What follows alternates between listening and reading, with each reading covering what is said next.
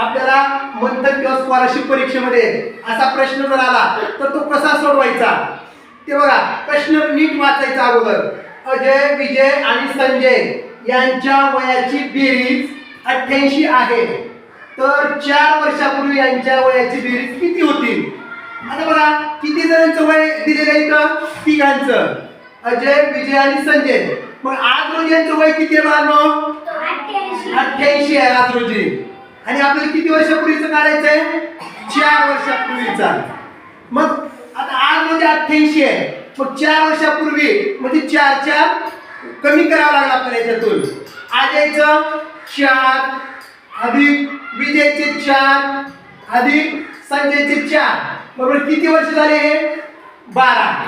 म्हणजे आपल्याला 88 आज रोजी जे वय आहे त्याच्यातून 12 वजा करायचे त्याचे.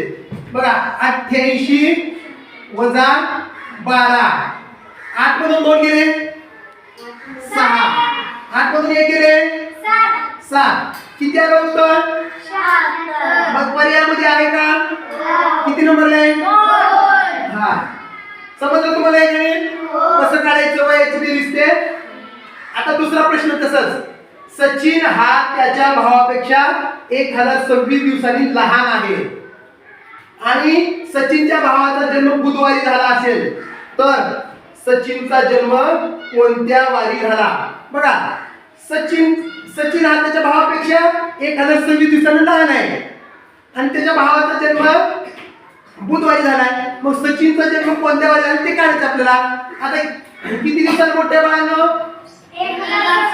1026. 1026. आठवडा किती दिवसाचा असतो? 7 दिवसांचा असतो आठवडा. मग 7 ने भागूया आपण त्यांना. कुठलाही करत असताना आपल्याला वार काढायचा असेल तर 7 दिवसाच्या आठवड्यानं भागायचं. बघा 7 1 7.